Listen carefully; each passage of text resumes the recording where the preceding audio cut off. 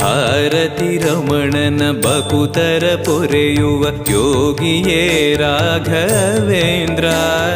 ಸಾರಥಿ ಕೃಷ್ಣನ ಸಾರಿದ ಸಜ್ಜನ ಹೊಂದುವ ಜ್ಞಾನ ಸಾಂದ್ರ. ಶಾಂತವನ ಬಹುಶಾಂತವನ ಬೃಂದಾವನ ವೇದ ಭವನ. ನೋಡುವರ ಕೊಂಡಾಡುವರ ಪುಣ್ಯಕೋಟಿ ಉದಯ.